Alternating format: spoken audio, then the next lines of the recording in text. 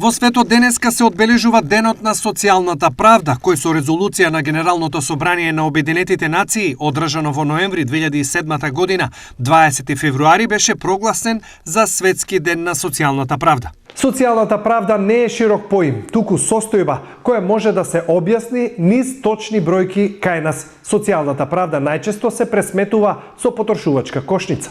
Просечна плата, минимален личен доход и други социјални категории, но сите тие паѓаат зашто социјална правда никој не видел. Дали кај нас има социјална правда? Нема. Зошто? Зашто сите се арамии, зашто? Само за себе гледат, за народот не гледат. Нема. Нема. Зошто? Нема. Одека тие питаји тие уварци нема. Зошто?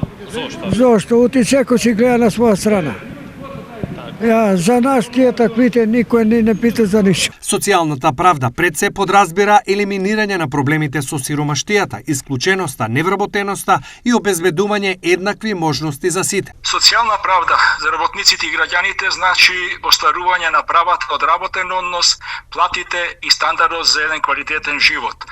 Да нема дискриминација, да нема мобинг, да има добро здравство, квалитетно образование, но и секој граѓанин да биде еднаков пред законот.